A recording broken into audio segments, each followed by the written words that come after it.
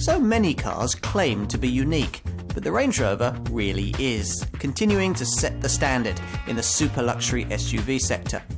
Larger, lighter, more economical, smarter looking, and even better off-road, the aluminium-bodied 4th generation version is finally good enough to properly combine the imperious qualities of a top luxury saloon with off-piste abilities that would be limited only by the skills of its driver.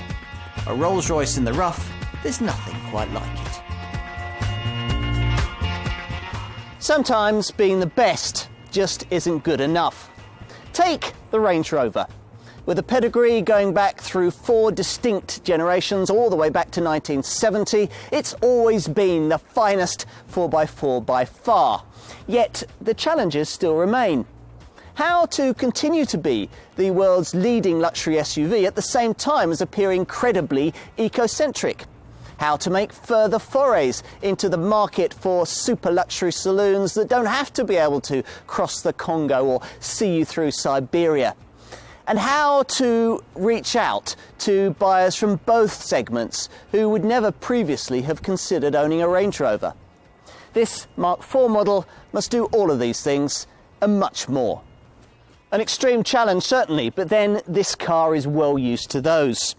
I've driven them all over the world, from Icelandic glaciers to the Colorado Rockies, from the Australian wilderness to downtown in Beverly Hills. But even I was wondering how the brand would meet the fresh, testing and very different demands of the modern era. After all, the old Mark III model had a difficult life, originally designed by BMW, then expensively re-engineered by Ford when the company Land Rover was sold to the Blue Oval. A rise in post-millennium SUV sales ensured that Mark III model's position as the best-selling Range Rover in history, but interest in it had long since faded by the time this 4th generation version was launched at the end of 2012. Like the 70s original, it was clearly revolutionary, and for very much the same reasons.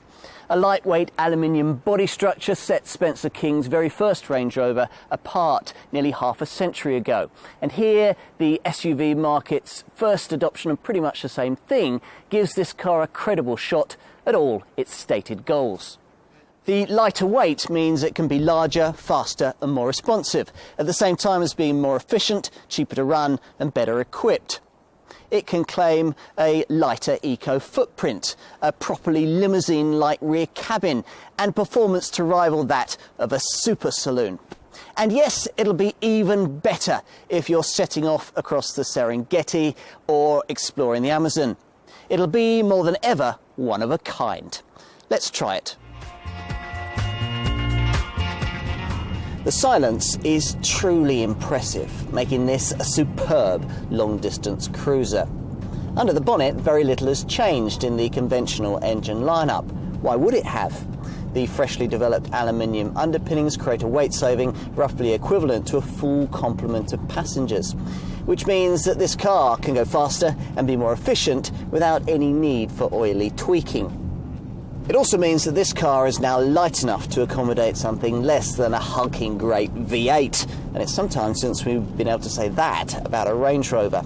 In this case, the TD V6 six-cylinder unit borrowed from the Range Rover Sport, in this case developing 258 brake horsepower and 600 newton meters of torque, enough to fire you from rest to 60 in just 7.4 seconds, on the way to 130 miles an hour to the accompaniment of a growling but rather appealing engine note.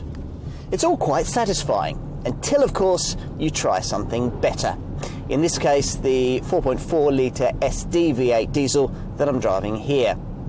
With 339 brake horsepower and 700 newton meters of torque, it's one of the most powerful diesels in modern production, and it's able to get you from rest to 60 in just 6.5 seconds, and on the way to 135 miles an hour flat out, should your private drive be long enough to accommodate it.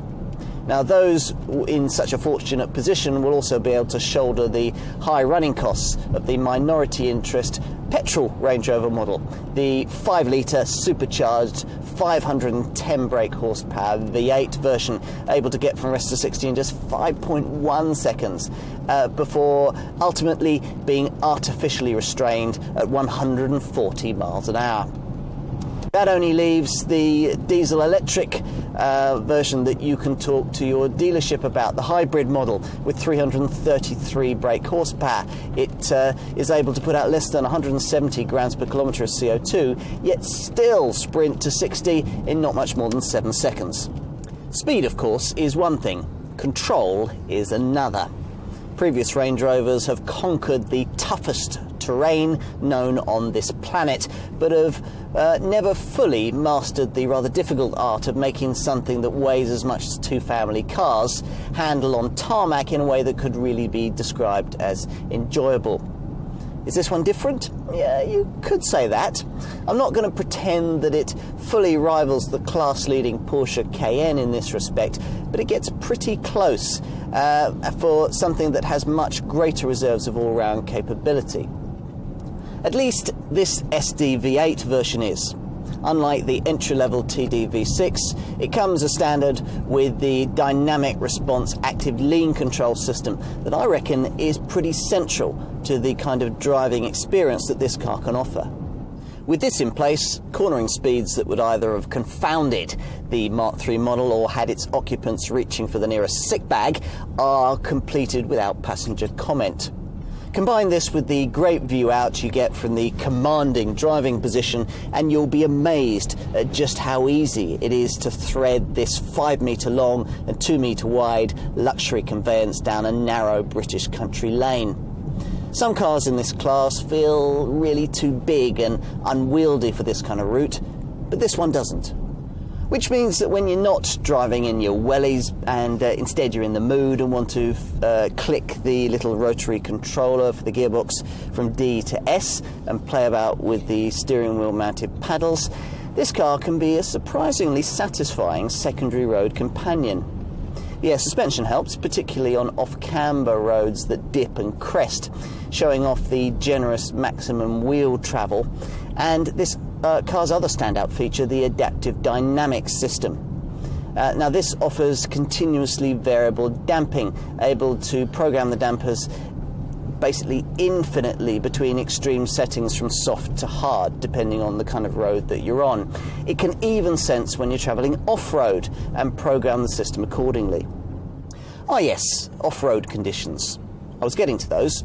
The Range Rover has long been the master when it comes to getting its occupants across their chosen terrain in consummate assurance and comfort. As before, there's a full-time intelligent four-wheel drive system with a 2-speed transfer box that you can shift down into at speeds of up to 37 miles an hour, giving you a low-range option for really bad off-road conditions or for when you're towing. But the most impressive part of the whole four-wheel drive setup for me continues to be Land Rover's terrain response system that you access via the knobs and buttons below the rotary gear knob. Using this, you simply select the setting for the kind of terrain you're covering. Sand, perhaps, for those days on the beach, or rock crawl for the unlikely event that you find yourself having to negotiate boulder-strewn riverbeds. Then there's grass, gravel, snow, which should be helpful next time you have to visit your folks in the country during a frosty snap. And mud and ruts, which should get you across your local ploughed field. All of that is as before. What's new for this 4th generation Range Rover, though, is an auto setting in the middle of all of those options with this button here. And that basically does it all for you. It even advises you if you need to shift into low range or raise the air suspension to its highest off-road setting. So all you really need to do most of the time is select auto, crank up the stereo, and then glide across terrain that you wouldn't even walk across. It's brilliant. Terrain you can tackle with a bit more confidence than before, thanks to a 17mm increase in the ride height. It's now 303mm. And a 900mm wading depth That's 200mm more than the previous generation version of this car offered, thanks to an innovative air intake system. You'll need to set the air suspension system at its highest level to achieve these figures, of course, at which point it can vary its height a little up or down to suit long, rutted roads. In that off-road suspension setting, there's an approach angle of 34.7 degrees, a departure angle of 29.6 degrees, and a ramp breakover angle of 28.3 degrees. Otherwise, things are pretty much as before for those prepared to subject such an expensive vehicle to life beyond the paved highway. So there's hill start assist to stop you from lurching backwards on steep slopes as your foot goes from brake to throttle. And once you get to the top of the slope and you're going down the other side, there's gradient acceleration control to help you maintain a dignified and safe progress down a very steep slope, even if you do forget to select the hill descent control system. There's also a gradient release control function for that hill descent control system to very carefully lower your Range Rover over precipitous drops in a way that your passengers will appreciate. No other vehicle takes this much pride in going places where it probably shouldn't. This is every inch a Range Rover. You know it even without a glance at the elegant badgework, which is as it should be. Jerry McGovern's design team committed early on to protect the visual characteristics that make this car what it is.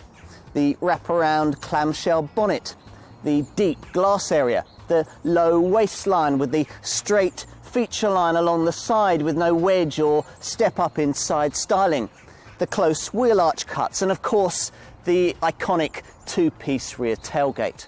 But if much about this car is familiar, much too about this smoother, more contemporary fourth generation design is very different, as it must be to win over a completely new generation of customers. There's a deep, imposing front grille and a more rakish slant to the front A-pillars that, like the B and the C pillars further back, have a premium gloss black finish. It's there to emphasise the so-called floating roof and sits above near flush side glazing.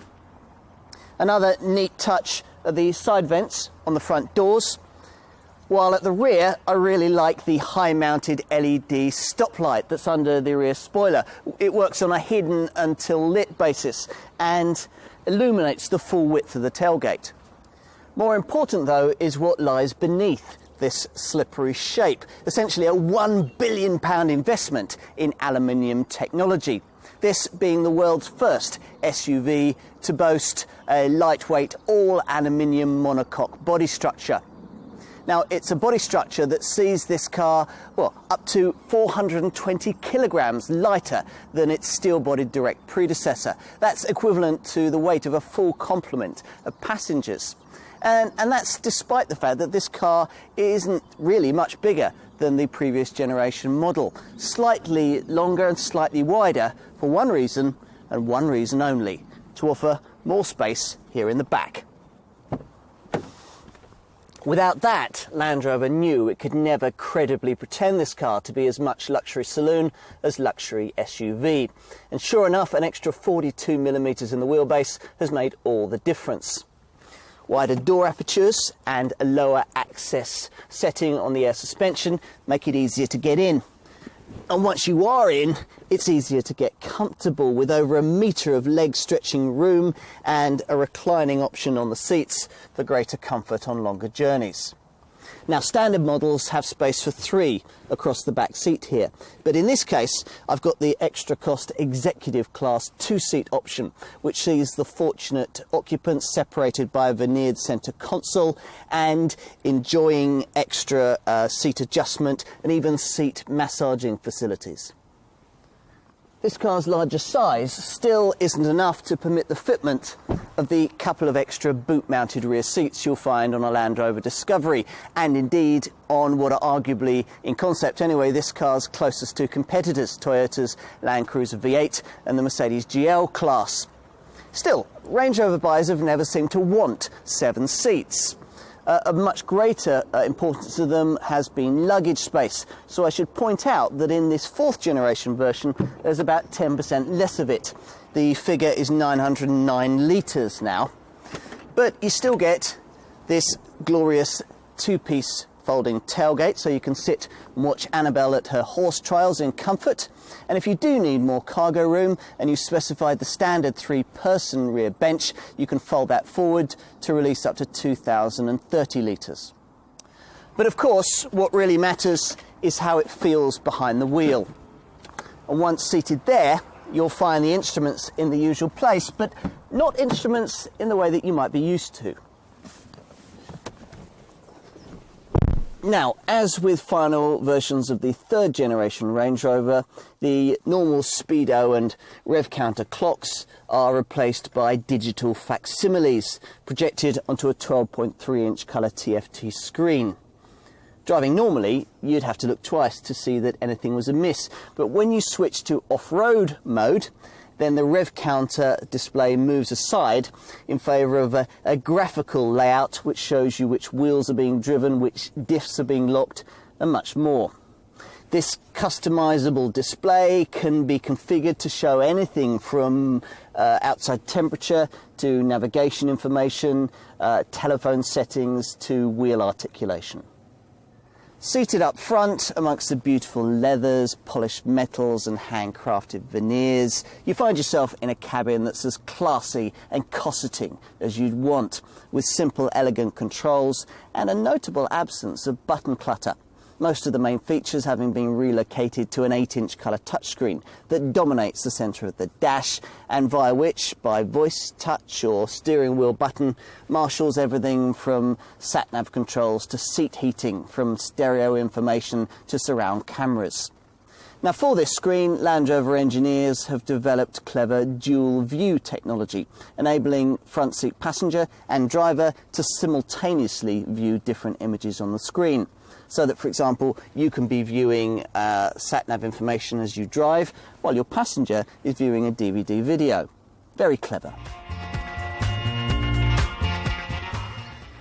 List pricing suggests that you'll be paying somewhere in the £70,000 to £80,000 bracket for a diesel Range Rover, and in the region of £100,000 for the 5-litre V8 supercharged petrol model. Now, that's around 40% more than you'd pay for the less exalted Range Rover Sport. But that car really appeals to a rather different audience.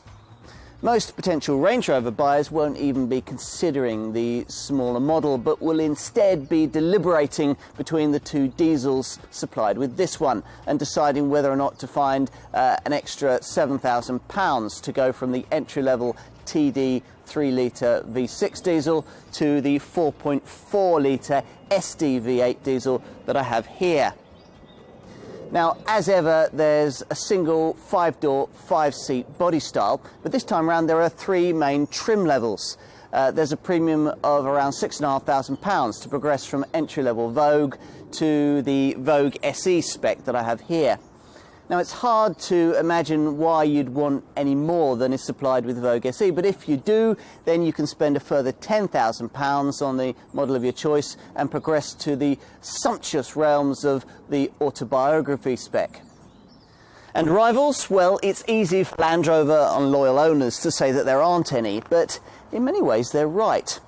Yes, it's true to say that most of the luxury SUVs that come to mind, Porsche's Cayenne, BMW's X5 and X6, the Mercedes M-Class, the Audi Q7, all retail for around 30% less. But then they would do, because they're aimed at a lower section of the luxury SUV market, for which Land Rover has provided the Range Rover Sport.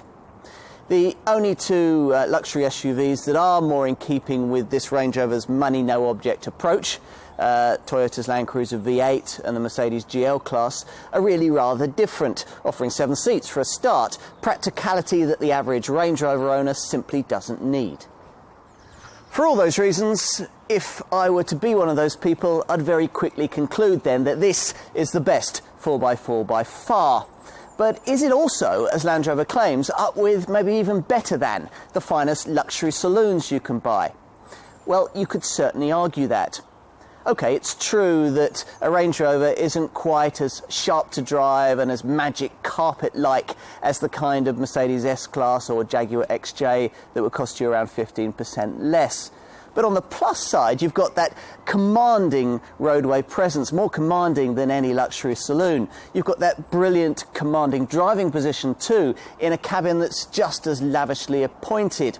You've got a more powerful diesel engine than any mainstream luxury saloon can offer, and ultimate 4x4 ability should you ever need it. That's an awful lot of pluses. If, having considered all this, you conclude that nothing less than a Range Rover will do, then whichever engine you choose, 3-litre TD V6, 4.4-litre SD V8, or even the 5-litre V8 supercharged petrol, then you'll have a right to expect a very high specification indeed as standard. And by and large, you won't be disappointed. Though it's a pity that you have to pay extra for a full-size spare wheel, just about everything else you'd expect is fitted as standard, and maybe quite a bit more. All Range Rovers come with alloy wheels of at least 20 inches in size, adaptive xenon headlamps, auto wipers, power folding mirrors, keyless entry, rear privacy glass, front and rear parking sensors with a rear parking camera, a powered upper and lower tailgate, heated leather seats front and rear that are electrically powered up front, a heated leather steering wheel, cruise control, a center console cooler, 3-zone climate control, interior mood lighting, a hard disk satellite navigation system, Bluetooth compatibility for your mobile phone, voice activation for a 8-inch colour infotainment touchscreen, and a state-of-the-art 380-watt Meridian sound system. That's just the start, of course, and it's very easy to add 20 or 30% to the asking price with just a few very well chosen extras. The sublime executive class rear seating pack, for example, the full length glass panoramic roof, the 29 speaker 1700 watt Meridian 3D sound system, the surround camera system, the park assist setup that'll steer you into the tighter spaces, the load space rails, the electrically deployable side steps, the electrically operable tow bar, and the park heat system that'll make sure that the car's toasty warm every time you get into it in the morning. All would be very nice to have. Safety provision, though, is more than just a nice to have. So it's just as well that there's plenty of it here. Beyond the expected twin front, side and curtain airbags, Isofix child seat fastenings and pedestrian-friendly bonnet. So, stand by for the acronyms: DSC, Dynamic Stability Control, RSC, Roll Stability Control, ETC, Electronic Traction Control, CBC, Corner Brake Control, and for the anti-lock brakes, you've got an EBA, Emergency Brake Assist function, to help in sudden stops that will be advertised to following motorists by automatically flashing EBL emergency brake lights. There's even a trailer stability assist system that automatically corrects trailer sway by braking the opposite wheel. And that's before you get off-road and use hill start assist to get you up steep slopes. You can then get down again using hill descent control and gradient release control. Now that little list is familiar from before, but new to this 4th generation Range Rover is an extra safety package I'd think very carefully about including. It's based around an ACC adaptive cruise control system that not only automatically keeps you a safe distance from the car in front on the motorway, but even includes a queue assist feature to extend the ACC's functionality in slow-moving or busy traffic. There's also an extra feature that uses the ACC's radar system to facilitate intelligent emergency braking, a system that constantly monitors vehicles moving in the same direction as you are and then reduces impact speed if it thinks an accident situation is inevitable. Other safety options include headlamps that dip themselves at night, a blind spot information system to stop you dangerously pulling out to overtake, and a reverse traffic detection system that warns you of impending collision situations during reverse parking manoeuvres. Celebrity Range Rover owners like the British royal family, Bruce Springsteen, Jack Nicholson, Keira Knightley and Madonna may not worry too much about running costs, but an increasing number of Range Rover owners do. After all, it's a little hard to tell your employees to turn off their screensavers at night when you're driving a hulking great luxury SUV that can't even average 30 miles to the gallon on a good day. Also, EEC directives are becoming increasingly punitive and will be so for Land Rover if they don't make their cars a bit more planet-friendly. Hence the huge investment in aluminium technology that has brought us this 4th generation version. The increased efficiency of this car isn't just down to aluminium, mind you. There's the slippery 0.34 CD drag coefficient, lightweight Brembo brake calipers, aerodynamic underfloor panelling, an active grille shutter, electric power steering, and on the TD 3-litre V6 model at least, a start-stop system that cuts the engine when you don't need it, stuck at the traffic lights or waiting in queues. Not that you should get your hopes too high in this regard. This might be the most economical Range Rover lineup ever made, but buying one still won't get you installed on the Greenpeace Christmas card list. After all, if you add a few options to this car, it can easily end up weighing over 2.5 tonnes, which makes the entry-level TD 3-litre V6 diesel's return of 37.7 miles to the gallon on the combined cycle and 196 grams per kilometre of CO2 all the more impressive.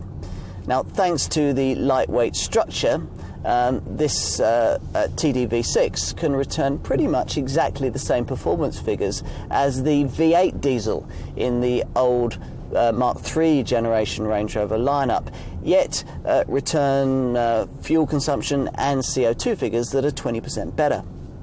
If you want to do better than that, then you'll need to talk to your dealer about the V6 diesel electric hybrid model, which can return an impressive 169 grams per kilometre of CO2. Now, the SD V8 diesel that I'm driving here, the more conventional diesel, isn't quite in that league, of course, but nevertheless, its returns are better than you might be expecting for such a powerful engine. 32.5 miles to the gallon on the combined cycle and 229 grams per kilometre of CO2. Now, that's not quite as good as more powerful diesel rivals like the BMW X5 M50D or the Porsche Cayenne Diesel S, but it's certainly a much more sensible proposition than the variant that sits at the top of the Range Rover lineup, the petrol-powered supercharged 5-litre V8 with 510 brake horsepower. Now, this manages just 20.5 miles to the gallon on the combined cycle, though you'll be doing well if you achieve that, and puts out 322 grams per kilometre of CO2. The biggest running cost issue, of course, when it comes to any expensive luxury car is depreciation. Current industry forecasts over the usual 3-year, 36,000-mile period are that the entry-level TD-V6 will retain 64% of its original value over that period, with this SD-V8 managing around 50% of its original value. If you go for the supercharged petrol model, then you'll be looking to achieve 42 to 43% of the original purchase price. Those figures could rise over time as the used car market reappraises this 4th generation Range Rover in the light of the very large steps that it's taken forward. That only leaves insurance groups. They range between 45 and 47 for the TD V6, between 48 and 49 for this SD V8, and at 49 for the 5-litre supercharged petrol V8. That only leaves wider questions of eco-friendliness. Things, in other words, you can use to justify your purchase to any eco-minded, bearded folk that you might meet down the pub. Knowing that half of the aluminium used in this car can be recycled will be useful. So will the fact that this car is bonded and riveted in its body shell rather than welded to reduce energy in production. Well, that's helpful too. Even the leather in the seats is produced using a low-carbon process. And there's the fact that a car as durable and desirable as this Range Rover will be on the road long after more overtly eco-conscious cars have been scrapped. Well, that makes it eco-friendly too. It's all enough to give you a very green-minded glow. From princes to politicians, from rock gods to rock climbers, from footballers to farmers, the Range Rover has always appealed to a more diverse group of customers than any other car, as you'd expect it would. This is, after all, far more than just the world's finest luxury SUV, instead unchallenged as 4 vehicles in one. An everyday luxury saloon, a weekend leisure vehicle, a high-performance, long-distance private jet, and a working cross-country conveyance. Such perfection doesn't come without a price in origin or ownership, or without compromise in poorer handling, for example, against, say, a super saloon, or in tight rear cabin space against, say, a luxury limousine. Perhaps that's why you've never considered one of these. And if so, consider this. Thanks to its revolutionary aluminium underpinnings, this 4th generation version is sharper to drive, ravishing in the rear, and vastly more efficient and affordable to run. It is, in short, a very different proposition. Drive it through a river, drive it to the opera. It's as happy either way. Beautifully built, gorgeously finished, and astonishingly quick. True, it's never going to quite be all things to all people, but it has perhaps moved as close to fulfilling that remit as any modern car is ever likely to get. Makes you proud to be British, doesn't it?